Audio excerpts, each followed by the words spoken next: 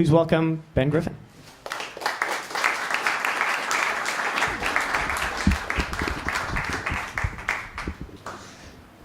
Can you hear me all right? I really don't like microphones, so unless anyone's got a great... Use the mic. You sure all right? You can't hear? Okay. If you really want me to, but I'll always forget to speak into it. Right. I'm going to talk a little bit about my own story, and then I'm going to talk about the work that we've been up to with Veterans for Peace in the UK. I grew up in the sort of late 70s and the 80s in what you could call a military family. My granddad was this big hero in the family. He was a World War II veteran, a bit like Jim. He joined the Navy at a young age, and he had a load of medals, and he'd actually stayed in the Navy right until the 1960s. And all my uncles and all my cousins, they were all in the Army and the Navy. And I remember as a young boy, one of my main pastimes was trying to convince my granddad to get his medals out. And it never occurred to me at the time that he kept these medals stuffed into an envelope, stuffed into a drawer. I never saw him wear them, but all of us, like my brother, my cousins, we're all always badgering him. Oh, Grandad, show us your medals, tell us the stories about the Second World War. And from there, I went on to watch all those Sunday war films that we all must have watched at one point or another, about the Second World War. Read all these comic books, Commando comics, Victor comics, and all of these different forms of media told my young mind that the British and the Americans were the good guys, we were the noble side, that we went to war for the right reasons, and the others, the Germans and the Japanese, they were the bad people. They were the people who bayoneted prisoners, they were the people who gassed the Jews. So we're the good guys, they're the bad guys. Pretty simple way of looking at things, really appealed to a young mind.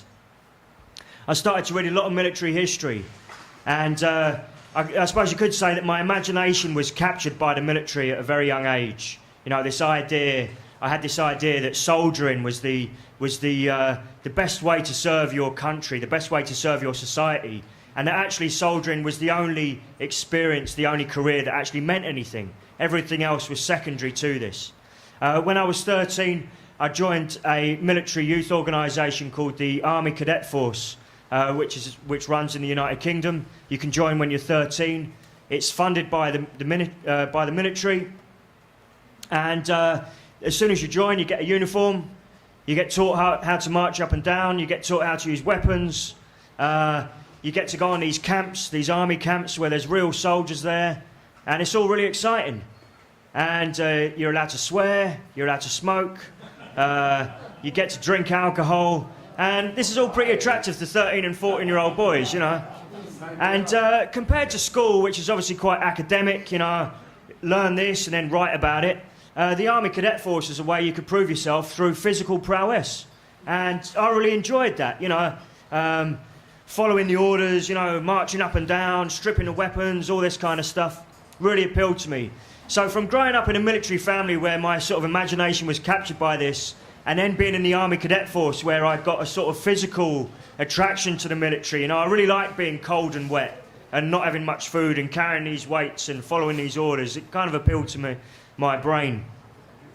By the time I left school, I decided that I wanted to be a paratrooper. I went to the recruiting office. I walked straight in there. I said, I want to be a paratrooper. He goes, well, do you not want to hear about the other parts of the army? I was like, no, this is what I want to do. I didn't ask what the pay was. I didn't ask how much holiday I would get. I didn't ask how long I'd have to sign up for when I signed that paperwork. That's how much I wanted to be in there. So I turned up in basic training in a room not much bigger than this, and an old captain comes out the front. He says, there's 35 of you sat in this room. 8 of you will be here in 6 months' time. And he was right. There were only 8 of us at the end of that course. It was a brutal sort of training regime. And people often ask me, you're all volunteers. Why did you stick around? Well, all the 8 of us who passed, we all wanted to be paratroopers. We wanted to be in that gang. For some reason, as a 19-year-old, it seemed to be of great importance to be in that gang, to have that uniform, to wear that beret, to be a paratrooper. And at the same time, the screws, the people who were training us, they took advantage of our desire to instill in us several things. For a start, the 8 of us who passed, all of us would follow orders without question. I often go into schools, and one of the things I do with the kids in the schools, I say, you, stand up. Come on, stand up. Get out of your chair. Stand up. You see, you won't do it. This is a good thing. The next part is, all right, I want you to take your clothes off and run around the building naked. And obviously none of these kids would do that. It'd be quite disturbing if they did. And obviously this gentleman here didn't even flinch, didn't even stand up. By the end of our training, all of us would have been naked running around the room. You know, we'd have done exactly as we were told. So they'd instilled in us that we should follow orders without question. They'd also instilled in us that we should kill without question. So one of our greatest desires after this 6 months of training was to go to war and kill the enemy. No matter who that enemy was, that was what we wanted to do, you know. So they instilled that into us.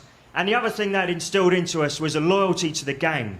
The parachute regiment meant everything to us. We had no loyalty to society. We had no loyalty to our families. We had no loyalty to the law. Our only loyalty was to this regiment.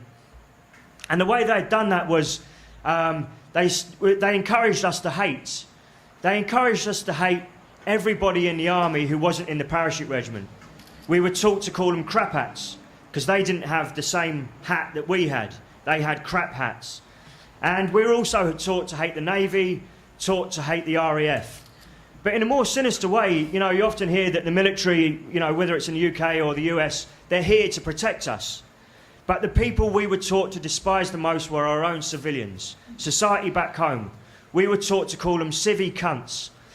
These were the lowest of the low, people who couldn't join the military, had no desire to join the military. We were taught to hate these people, despise them.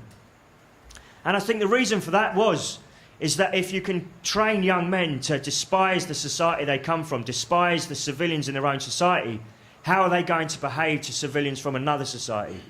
And I think that's where that was coming from. I served in the parachute regiment for 6 years. I deployed to Northern Ireland 3 times. I deployed to Yugoslavia, Afghanistan. And I was within this cult of the parachute regiment where the only thing that mattered to us was our status within that unit. So nothing else mattered. And after 6 years, I applied and was successful to join the Special Operations in the UK.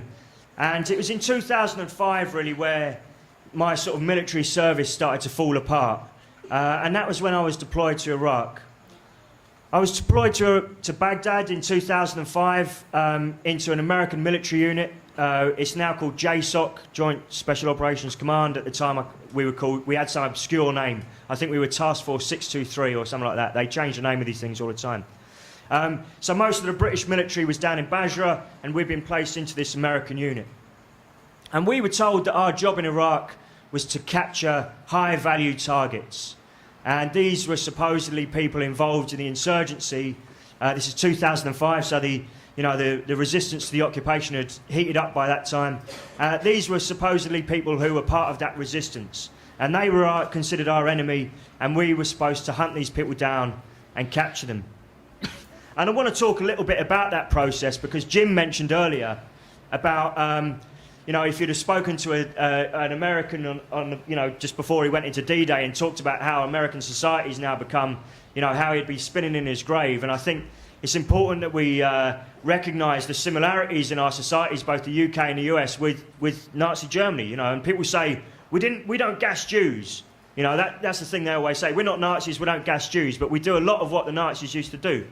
And one of the main things we use, one of the main processes we use, is something that I call compartmentalisation.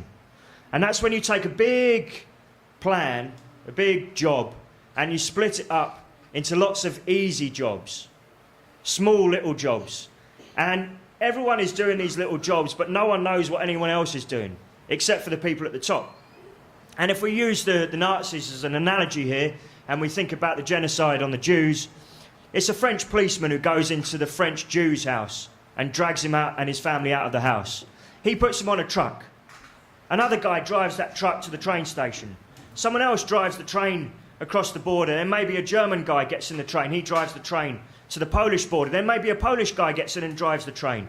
Then someone else drags the Jews off the train, shaves their heads, put them in the stripy pyjamas and puts them to work. And someone else guards them while they're working for months on end, not being fed until they become skinny and their heads are, you know, their hair's falling out maybe, and they've got rashes and things, and they start to smell because they haven't washed. And by the time these people get to the gas chamber, the person who puts them in the gas chamber, they're not seeing the French person who was pulled out of their house a year ago, 6 months ago. They're seeing someone who's been dehumanized. And so it's a lot easier for that person at the end of the chain to do that, to put that person into the gas chamber. But I reckon that if someone had to do all of those jobs, you know, starting from taking a person out of the house in Paris all the way through, you couldn't do it. You couldn't do it. You'd become attached to that person. And we're running a similar thing. We're running a similar thing. And when I was in Iraq, we were running a similar thing. Because what would happen is we'd have intelligence services. That was the start of the chain. And they made it known to the people in Iraq that we were paying money for intelligence. We want to know who the bad guys are. And people would come and give them intelligence. Why? Because at the time, high unemployment, not a lot of money going along, things were scarce, people would do anything for money. So people would go in, speak to the intelligence services, give them names and addresses. Those names and addresses would then get passed on to the surveillance teams. And the surveillance teams, having been told by their friends in the intelligence services that these people were bad people, would start to follow these people around. Now, if you've been told that Mr. Smith, living on Westmoreland Avenue, is a terrorist, and you've been told to follow him around, well, everything that Mr. Smith starts to do, you start to find suspicious. So if Mr. Smith starts to dig in his garden, you don't think, oh, he must be doing his vegetables. You think, what's he hiding in the garden? If Mr. Smith comes out of his house with a bag, puts it in the boot, and drives somewhere else, you're not thinking, oh, he's taking something round to his mother's house. You're thinking, that must be a weapon. And when he goes to these other houses, you're not thinking, oh, this is his friends and family. You're thinking, this is a terrorist network. And before you know it, you've built up this huge picture of Mr. Smith, everyone Mr. Smith knows, everywhere Mr. Smith goes, and you've got this picture in your head about who he is and what he's doing. And eventually, once you built up that picture, the job was passed on to my team. And we were what what in some books have been called the kill or capture team. We were the guys who went out in the night and picked these people up. And I just want to describe to you one of those jobs, trying to get this across, because I think sometimes it's difficult back here to realise actually what our soldiers are doing abroad. So I just want you to kind of relax, maybe close your eyes if you want to. I'm just going to try and describe a job. So I want you to imagine now that it's midnight and you're in your own home in Los Angeles. It's dark. You're in bed. Your family are asleep in the other rooms. Okay, so it's nice and dark, it's nice and quiet, everything's peaceful. And whilst you're asleep, 25 armed men, we've got shotguns, assault rifles, grenades, explosives. We're creeping up to your house. You don't even know we're there. We're creeping up the side of your house and we're creeping up to your front door, and we're putting a huge amount of explosives on your front door. You're still asleep. The first thing you know about us coming in is bang, the explosives go off on your front door. There's dust everywhere, your ears are ringing, it's still dark, and before you can realise what's going on, it's like the biggest firework you've ever heard has just gone off in your house.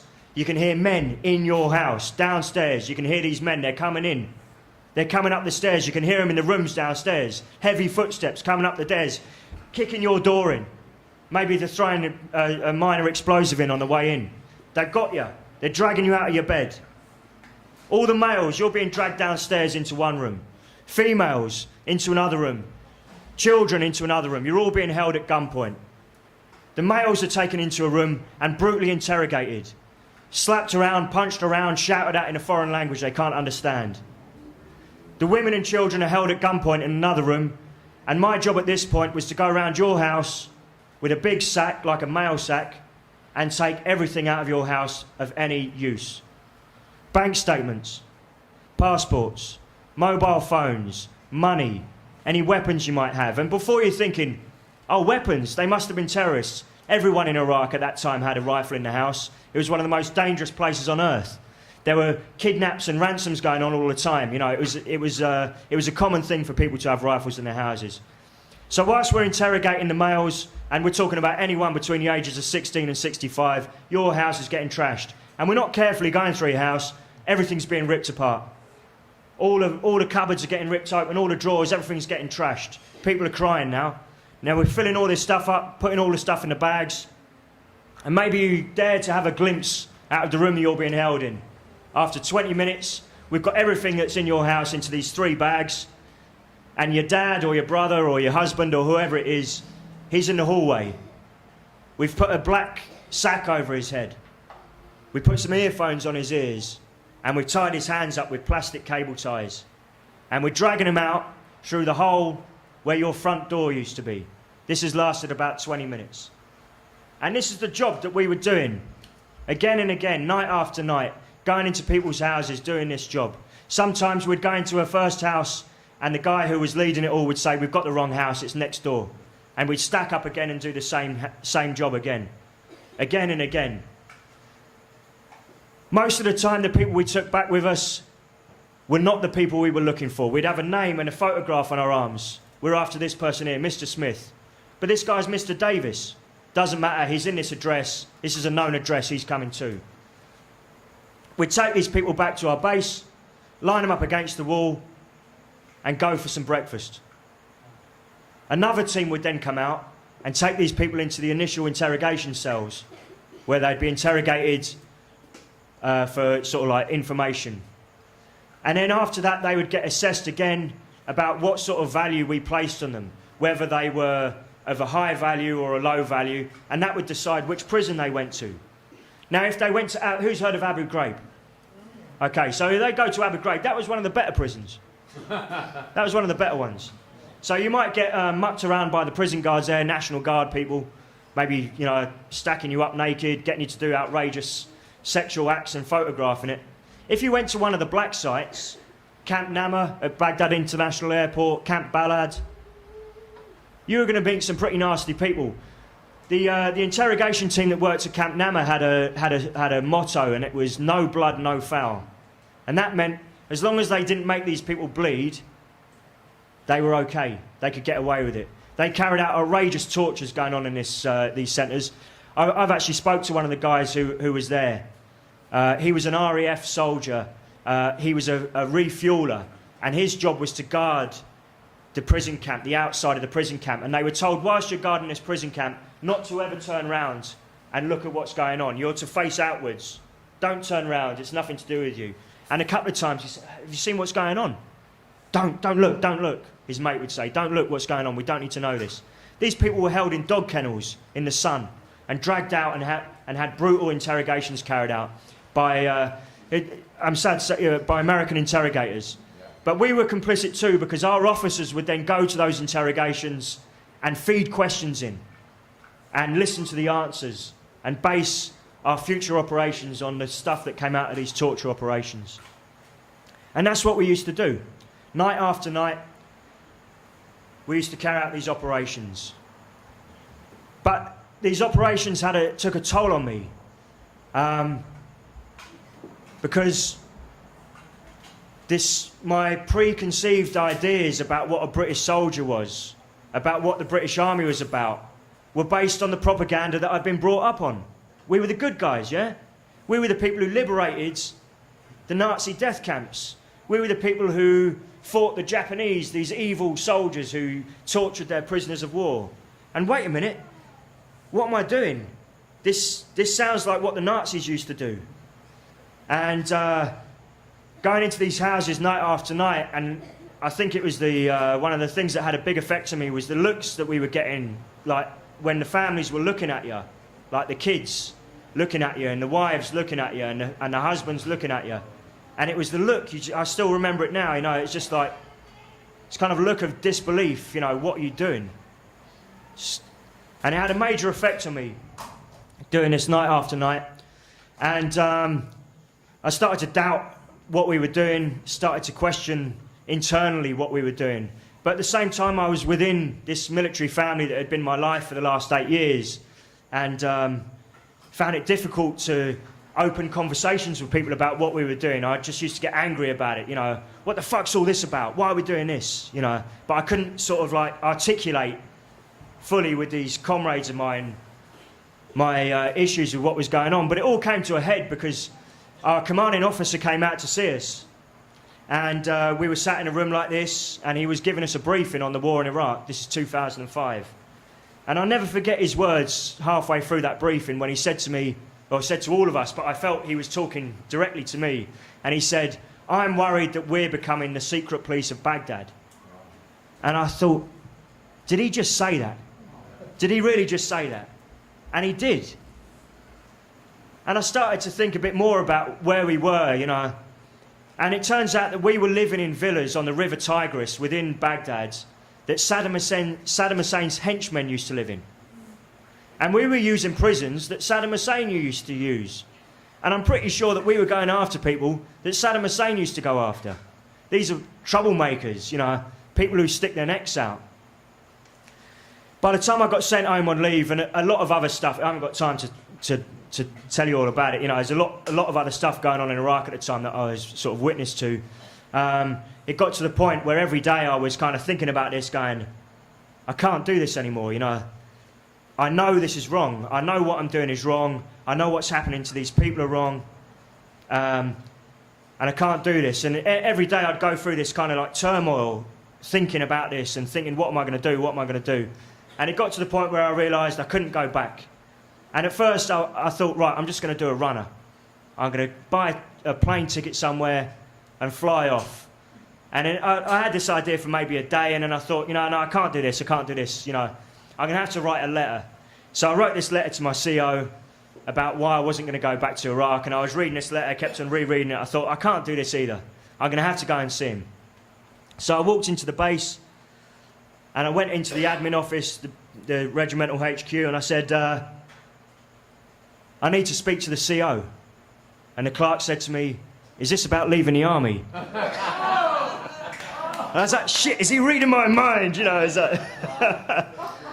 I said, I need to speak to the CO. He says, okay, come back this afternoon. So I've gone in there, and I was terrified. If you've ever been in trouble at school and you've been sent to the headmaster, it was like that, but like times 100, you know. So I thought, I've got to keep this simple, because I just got to keep this very simple and stick to what I'm saying, you know, stick to my guns here, because I just didn't know what was going to happen. So I just went in there. He said, "Griffin, what's all this about?" I said, "Look, sir, I don't agree with the war in Iraq anymore. I don't agree with what we're doing, and I'm not going to work under American command anymore." All right. And I kind of put this on the table. I kind of put this on the table, and there was a pause, and I was kind of waiting for the reaction, not knowing what this reaction was going to be. I'd already told my girlfriend, "Look, I'm probably not coming home tonight. I think I'm going to end up in the cells, you know." And he says, okay, you go home. We'll have a think about this. Come back tomorrow. And I was kind of looking at him kind of suspiciously, thinking, is there going to be a trapdoor opening? You know, are they going to sort of let the dogs out once I've left the building? But that started a process then. And to be fair to my regiment, they treated me perfectly. I had to go through about 5 interviews where they were in-depth interviews where they were sort of like investigating what this was all about and my reasons for leaving. And they decided that this was genuine, you know. That I had a sort of like a moral objection to what was going on in Iraq. There was one officer, though, who was highly critical of me, and that was the Padre. In the British Army, we call the chaplains the Padre. He was the worst one. He said to me, "You know, Griffin, I was down in the Falklands War, and on the boat down to the Falklands, we had people like you, scared of going in there." And I was trying to explain to him that I wasn't scared of doing this job, and in fact, there wasn't much for us to be scared about. If you're sneaking up into someone's house in the middle of the night and using explosives on the house and charging in there all 25 of you, no one puts up a fight. You know, the people who had to be scared were the people we were coming for, you know. And he couldn't get this, you know. But it's quite telling that in the British Army, the Padres have a cap badge and it says, "Through God conquer." It's not very Christian, I don't think, Anyway, so it turned out I was discharged from the Army. I was a career soldier. I thought I was going to be in the Army for 22 years. I'm out. I don't know what I'm going to do. I'm quite relieved that I'm not going back to Iraq. But straight away, I'm kind of separated from the family, you know, like of all the people I'd been with for the last 8 years. But things moved on quite quickly because one of the things that really started to bother me was watching the media and seeing the politicians speaking, seeing the generals speaking, seeing the media speaking. And they were talking about Iraq, and it bore no resemblance to my own experiences. You know, they were talking about winning the hearts and minds of people. They were talking about schools for girls. They were talking about all sorts of nonsense, you know, how the security situation was getting better and all this kind of stuff. And it really made me angry. And I decided that I had a duty, an obligation to tell people about my own experiences in the hope, you know, that people would realise what was really going on and that this would somehow change things, you know, and that maybe people would start to question more what was going on in Iraq. So I started to speak in public. I started to speak at anti-war movements. I met Cindy Sheehan in 2005 and Kelly Doherty from Veterans for Peace. And this kind of went on for a while, and this is a whole long story I'm not going to sort of bore you with, but it ended up, the government took me to the Royal Courts of Justice, which is like the biggest court in Britain, and in a secret trial gave me a lifetime injunction, which means that I cannot tell you anything I know as a result of my service in Special Forces. And I've been following that diligently ever since.